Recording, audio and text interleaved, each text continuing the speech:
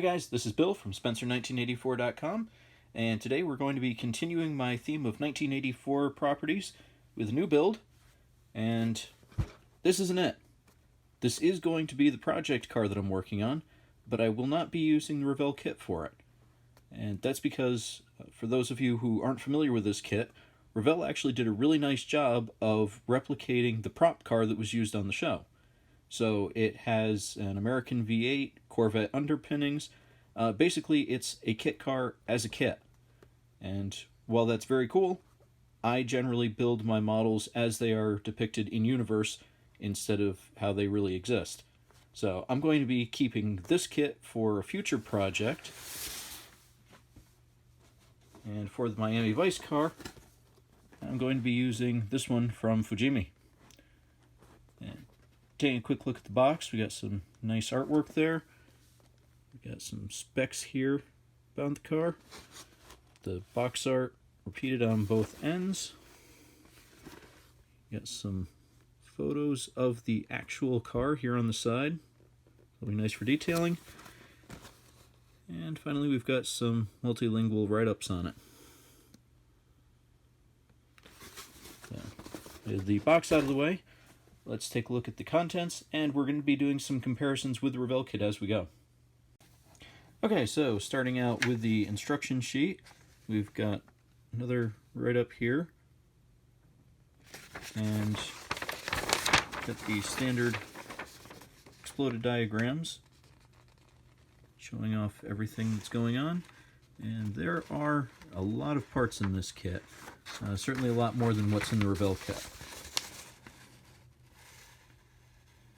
Lots of call-outs though, lots of detail, so that's kind of nice to see. And also nice to see is they give you an overview of all the sprues that come in it, along with darkening the items that you're not going to be using for this particular build. Also get a sheet of decals, and they're not bad, but they're not terribly sharp either. I'll probably use the gauge cluster and maybe a couple of the little badge details, but for the Ferrari script I'm going to replace that with some chrome that I've got on hand. Obviously won't be using the license plates or any of these tech panels. And for parts themselves, we've got 4 gray sprue, 2 white sprue, chrome, and clear. And the first of the gray ones here has the engine parts. Got the block, accessories, nice steering wheel there with the spokes actually drilled out. Some wipers. And I also like down here, they actually give you some tools to include. A lot of nice detail work on this particular kit. And the second gray sprue has some brakes, transmission, head covers, exhausts, and generally nice fine detail work on the parts here. And you can see brakes actually have some vents on the rotors. That's a nice little touch right there as well. The next gray sprue has the rest of the exhaust system here, the suspension pieces, interior, firewall, and really nice looking chassis right there. And there's basically no flash on it at all. Nice straight sides on it, and just generally really clean casting work on that. That looks nice. And the last gray sprue has the floor pan, the radiator, and the interior components. Center console, door panels, seats, and the dashboard. And for comparison, there is the dashboard from the Revell kit, and you can see they're actually very similar. The Fujimi doesn't have the gauges cast in, those are only available through the decal, It does have a little bit deeper recess and sharper detailing for the defroster vents there. But otherwise, very comparable castings. Door panels are much better on the Fujimi being separate pieces. Anytime that you can have separate door panels compared to a bucket, it's going to look better. And same deal with the center console. This one also has a much wider front to accommodate the Chevy V8 engine.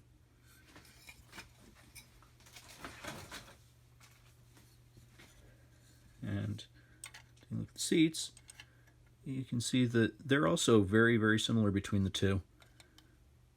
Got a few more wrinkles on the bolsters of the Revell kit, and the headrests are shaped a little bit differently, but pretty close between the two. And while I have this sprue here, there is the Corvette V8 that comes in the Revell kit. And you also get 3 chrome sprues with it. The first one is a matte chrome, and that's got the 5-spoke wheels and the tires that you'll be using in this kit.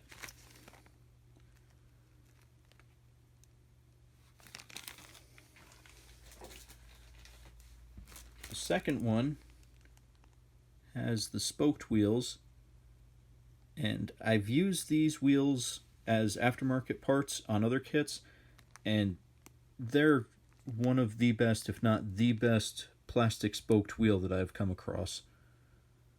There's really nice fine detail on them. They go together nicely, and for comparison,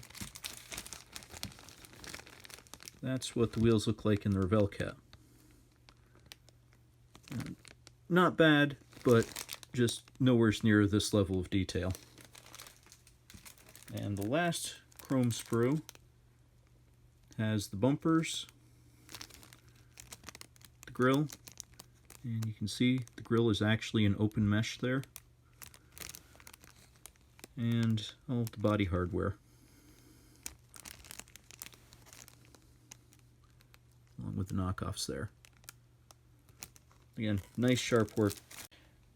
You get 1 clear sprue in the kit, which has the windshield, the special rear window,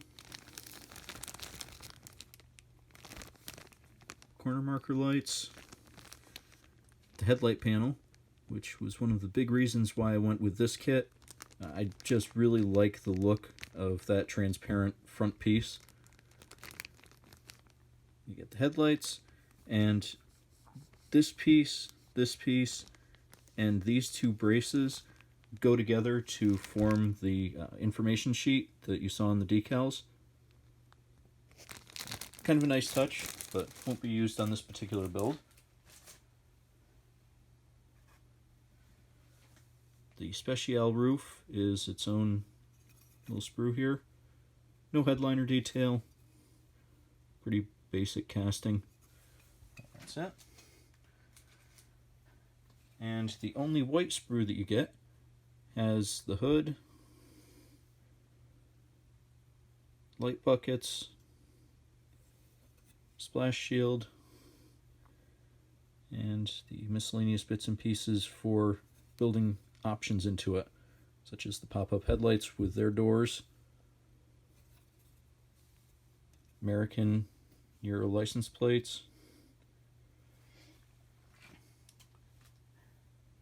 and finally,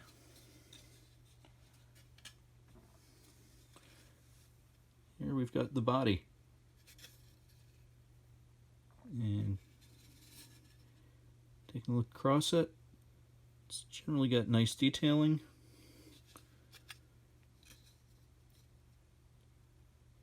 No real separation lines.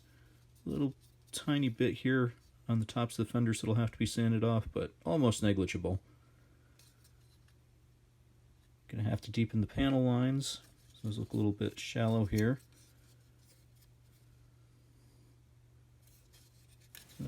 Not bad. A nice thin work there on the vent windows. And for comparison there, here is the Revell kit.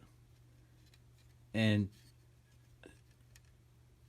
that looks just about like what you'd expect for a kit car to the original deal. It looks really, really close.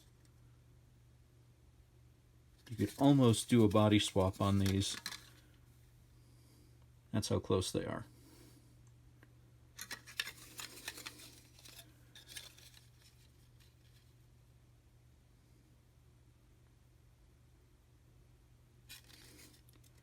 The Revell kit does have more things molded in, like the door handles there, and the cowl detailing. But honestly, they did a nice job on it, both Fujimi and Revell. And so there you go. After the Beverly Hills Cop Car, this is going to be hopefully a lot easier. It's certainly going to be a lot less labor intensive as far as body modifications and completely reworking every part of the kit. I've seen a few of these built up, and they look like they generally go together pretty smoothly. So hopefully this will be, if not a box stock build, pretty close to that. So check back next week when I'll be starting in on it and give you more thoughts then. Thanks for watching.